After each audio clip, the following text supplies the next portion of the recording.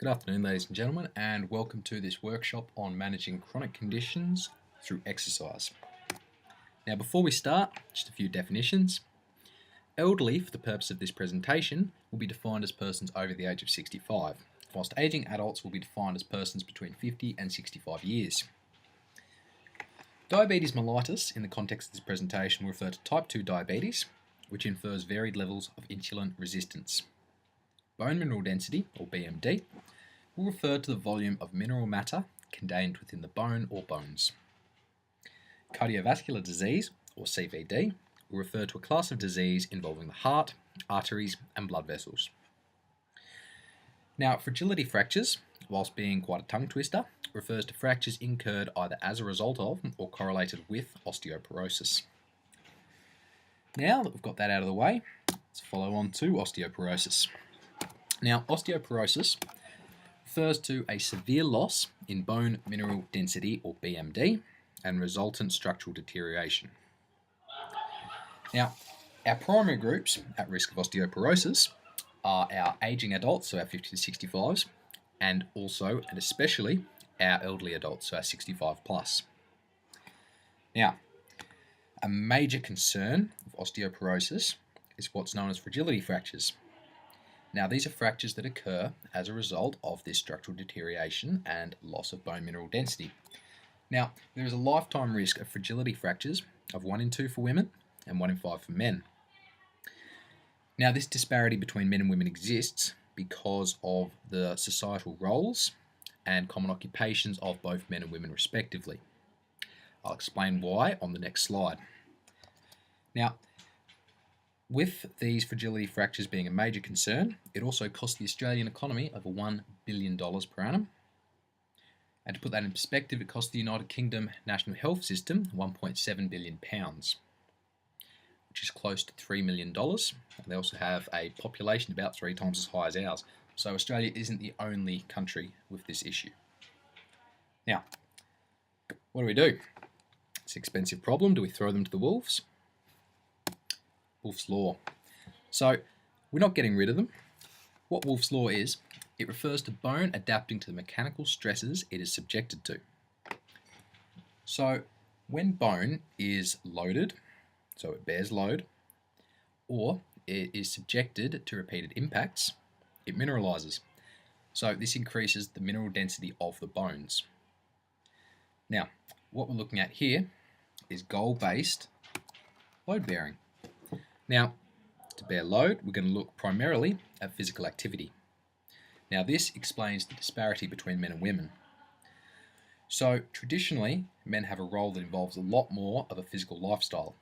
Their occupations are a lot more physical, they play a lot more sport traditionally, and as such, especially within the elderly demographic, men are going to have higher bone mineral density due to Wolff's Law.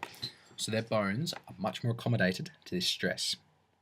The repeated impacts, the high level of physical work, there's stronger bones, less likely to have an osteoporotic fracture. Now, one way that we can introduce goal-based load bearing into these populations is through physical activity. Now, goal-based physical activity is exercise. So, what we need to do is we need to introduce exercise. Now, peak bone mass isn't reached in adulthood. It's reached end of childhood, early 20s. Now, this peak bone mass, provided you continue with physical activity, will have a significant impact on whether or not you are subject to osteoporosis in your old age. So, exercise is both therapeutic and preventative when it comes to osteoporosis. Now, moving on to coronary artery disease. Also known as atherosclerotic heart disease, coronary artery disease is a constriction of the coronary arteries. Now, if we have a look at the diagrams over here on the right, we've got our normal artery. Nice wide diameter, blood can flow through nice and easy. If we have a look at the picture on our right, we notice that there's a build-up of lipid and plaque. Now, this has caused the artery to narrow, which in turn is going to increase blood pressure and lead to all kinds of problems. But the diameter for blood to get through is much smaller. So we're going to have a much smaller blood supply wherever that artery is leaving. Now, in this instance, coronary arteries, these arteries lead to the myocardium. Now, the myocardium is the heart muscle. Just like any other muscle, the heart needs a blood supply to function. So if we narrow the diameter too much, the heart is restricted of blood, the heart cannot function optimally, and if it's totally restricted, what we will incur is a myocardial infarction or heart attack. Now, atherosclerotic heart disease is the most common cause of heart attacks. Now, the other issue we face here is with this plaque build-up on the arterial wall through atherosclerosis, the arterial wall degrades. Now, if the arterial wall degrades too much, it'll rupture, which can lead to all kinds of problems. Now, this results from atherosclerosis, or the build-up of the plaque on the walls of the artery, and it increases the risk of myocardial infarction or heart attack. So you can see why this is a very serious problem. Now, a comprehensive review of 48 trials and over almost 9,000 patients found a reduction in mortality between 20 and 32% when exercise therapy was utilised. So this research by Taylor et al. Found a massive reduction in mortality just through exercise therapy. And as you can see, this is backed up by further research by Gielen et al., where myocardial perfusion changed over time. So this is how well the blood is supplied to the myocardium. So, over weeks, there's an improvement of vascular endothelial function. Over months, augmentation of the capillary bed. And over years, there's a regression of coronary lesions. Now, what we notice here is that it's not acute application of exercise therapy. Whilst there are some immediate effects, you need to apply exercise therapy over months and years to get the full results. So, diabetes mellitus. Now, diabetes mellitus, or type 2 diabetes, is often seen as a lifestyle condition. So it refers to varied degrees of insulin insensitivity. So the insulin doesn't regulate your blood glucose as efficiently as it should. And as you can see by this graph from the Australian Bureau of Statistics, it's a pretty serious problem within Australian society. Around 16% of women and 18% of men over the age of 55 suffer from type 2 diabetes. Now, this is a pretty serious problem. That's almost a fifth of the population at that age suffering from this condition. And if you have a look, the prevalence reduces steadily with age until we get down to about 1% at age 15 to 24. Now, whilst this may make it appear that this condition is not a problem at the younger age groups, this is a lifestyle disease. It doesn't happen overnight. It isn't an acute condition. It's a chronic condition that is built up over time. So, lifestyle needs to be changed in these younger age groups to prevent these people from getting the same condition when they're older. So we need a preventative measure. We need a preventative measure for the younger age groups, and we need a therapeutic measure for those already suffering. So what do? We exercise. So it's been proven that exercise improves blood glucose regulation. Now, if diabetes is poor regulation of blood glucose, then improvements in that should mitigate the condition. Now, another major concern of diabetes is what's called diabetic complications. So a few examples of these are diabetic retinopathy, which is the leading cause of blindness in those under 60 years old. And this occurs as a result of diabetes. It can also lead to kidney disease and neuropathy or vascular damage of the distal limbs. Now, this neuropathy and vascular damage can lead to amputation and the loss of a limb. So there's some pretty nasty complications involved with diabetes. So if exercise improves this blood glucose regulation, and has also been proven to reduce the risk of diabetes-related complications, as shown in research by Bull, Haddad, Kenny, Wells, and Segal in 2001, then exercise is both preventative and therapeutic. It's exactly what we need to manage this condition.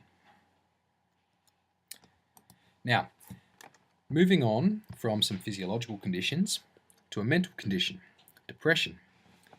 Now, depression is incredibly prevalent within Australian society. 45% of Australians aged 16 to 85 had, as of 2007, experienced mental illness at some point in their lives. Now, research by the Australian Bureau of Statistics found that 12 months prior to this survey, 18% of males and 22% of females experienced a mood disorder or anxiety. Now, this prevalence of depression and similar conditions surely demonstrates how big an impact it has on society. There is a huge burden of disease with this condition. Not only that, but it costs the Australian economy $12.6 billion per annum. It lost productivity and lost quality of life. It can also lead to substance abuse and self-harm. Now, in 1990, research by Raglan demonstrated that exercise was the primary means of prevention as well as demonstrating therapeutic effects on sufferers of depression. Now, this research from the Australian Bureau of Statistics came out in 2007, so there's a 17-year gap between Raglan's research and the study by the ABS. So if we know that exercise is both preventative and therapeutic for depression, why aren't we utilising it?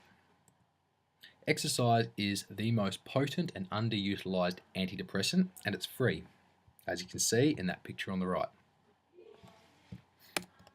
So, moving on to another physiological condition, dyslipidemia. Now, again, slightly different. This condition is asymptomatic. Dyslipidemia doesn't actually display symptoms or cause you any problems in of itself.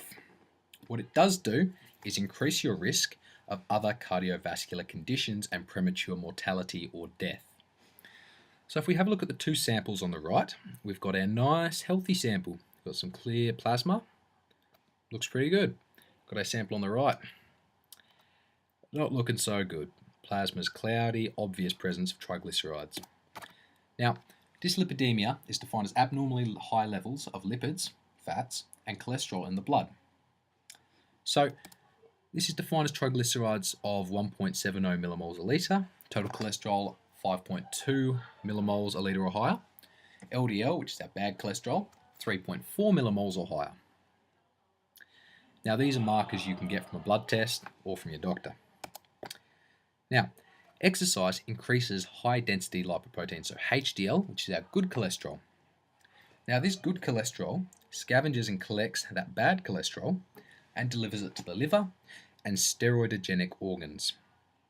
So what that means is it's taking up the bad cholesterol that's causing all our problems, and it's using it to produce hormones such as testosterone, estrogen, and other steroidal hormones. Now, exercise increases the high density lipoprotein, decreases triglycerides, and can also decrease low density lipoprotein cholesterol, as proven by Carlson, Carnes, McBride, and Stein in 1999. So, common solution, exercise. It's been demonstrated to be both therapeutic and preventative in all of the conditions we've explored tonight. Now, it's the common link. Helps us manage all of the above conditions, preventative and therapeutic, and when coupled with suitable nutrition, the effect of exercise is enhanced. So, our take-home points, if you want to look like the fella on the right when you're old, all conditions explored in this presentation receive therapeutic benefits from exercise. You can seek advice from exercise physiologists, exercise scientists, and general practitioners regarding exercise. And exercise has been proven time and time again to aid in the management of these conditions. Why is it not being utilised? Thank you. Here are my references and the sources for all the pictures.